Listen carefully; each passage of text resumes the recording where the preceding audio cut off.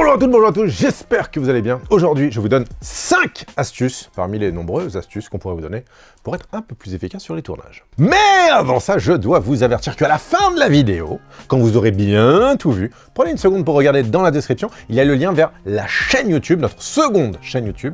Ils appellent ça comment? Les chaînes secondaires. Les chaînes secondaires.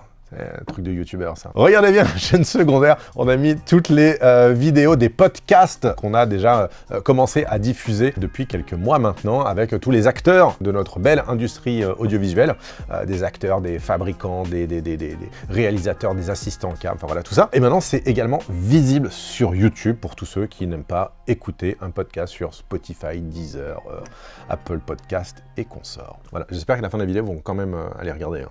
Bah, je pense.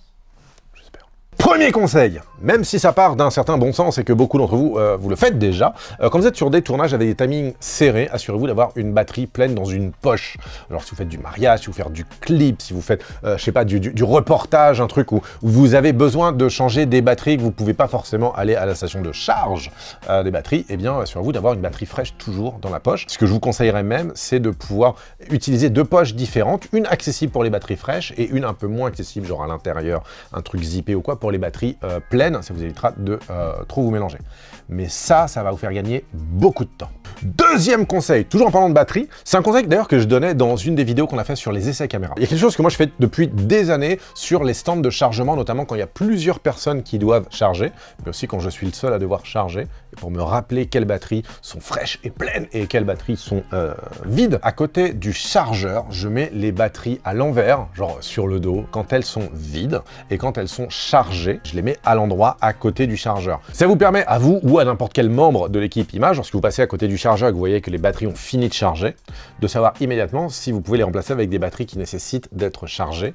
Et puis si vous passez à côté du chargeur pour prendre des batteries pour vous, si la nomenclature est bien respectée, vous prenez directement les bonnes batteries pleines, ça va beaucoup plus vite. Troisième conseil, c'est de l'awareness. Je peux se traduire de la conscientisation. Si vous êtes à la caméra, sachez qu'il y a énormément de personnes dans l'équipe qui comptent sur vous pour commencer à bosser. L'ingé son, la lumière, la script, tout le monde attend un cadre. Alors par pitié, quand vous cassez un plan, que vous partez sur un autre plan, commencez immédiatement à leur donner un cadre. Vous mettrez les filtres après, les follow après, même vous pourrez peut-être même changer d'optique un peu plus tard, gérer les problèmes que vous pouvez avoir après. Posez la caméra, envoyez le retour dans un moniteur quelconque, histoire que les gens puissent commencer à travailler. Très important. Et après, vous bossez sur ce que vous avez à bosser. On voit trop souvent sur les tournages des gens qui commencent à changer d'optique, vissent le filtre, et puis ils ont un problème, l'optique elle est pas propre, alors ils commencent à nettoyer un petit peu. Et puis la batterie, il faut la changer bientôt, donc du coup ils commencent déjà à la changer, puis il faut mettre les autres batteries en charge en attendant. Et pendant ce temps-là, toute l'équipe attend un cadre, l'acteur, le réal, tout le monde. Donc donnez un cadre le plus tôt possible. Vous allez voir, par cette simple action, les journées de tournage vont être beaucoup plus courtes, ou vont vous paraître beaucoup plus longues parce que vous pourrez tourner beaucoup plus de choses.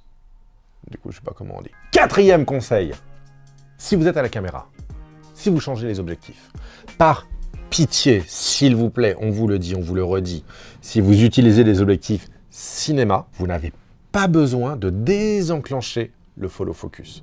Les bagues de points, les bagues de diaph, les bagues de zoom au sein d'une même série sont dans 99,9999999% des cas, situé au même endroit. Ce qui veut dire que vous pouvez sortir votre objectif et remettre votre objectif. Si vous voulez le remettre facilement, surtout si vous avez des objectifs qui nécessitent de se tourner, comme les montures EF ou les montures Sony, assurez-vous que votre course de points soit à peu près vers le milieu.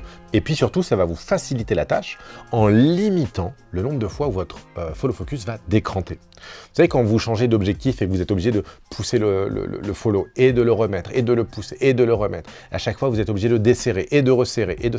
On sait tous à quel point par moment c'est compliqué de serrer fort un follow, et puis il bouge sur sa tige. Si vous le serrez fort une fois, avec une série ciné, vous n'aurez plus besoin d'y toucher. Et donc du coup, il n'y a plus de raison vraiment qu'il décrante.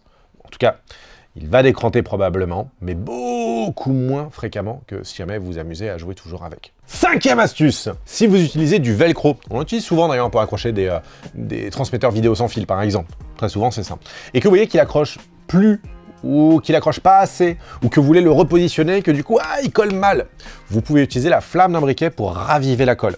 Alors attention, vous chauffez juste la couche supérieure de colle, hein, vous ne brûlez pas tout le velcro, il va prendre feu sinon le pauvre, et vous le recollez assez rapidement sur votre accessoire, et là il va de nouveau adhérer beaucoup mieux qu'avant. Et ça je ne le savais pas il y a encore 2 mois.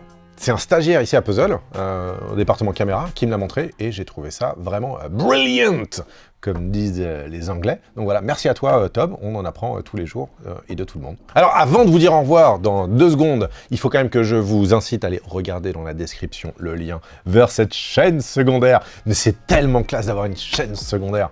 Allez jeter un œil pour tous les podcasts. Moi je vous dis à très bientôt, c'était tout ce que je voulais dire pour les astuces. Je vais vous demander par contre, comme on apprend de tout le monde et toujours et tous les jours, de mettre dans les commentaires les 2-3 petites astuces qui vous viennent en tête. Moi je suis friand de ça, et s'il y en a qui sont très cool, je referai une autre vidéo et je les partagerai, je vais les tester et tout, et je les partagerai avec vous.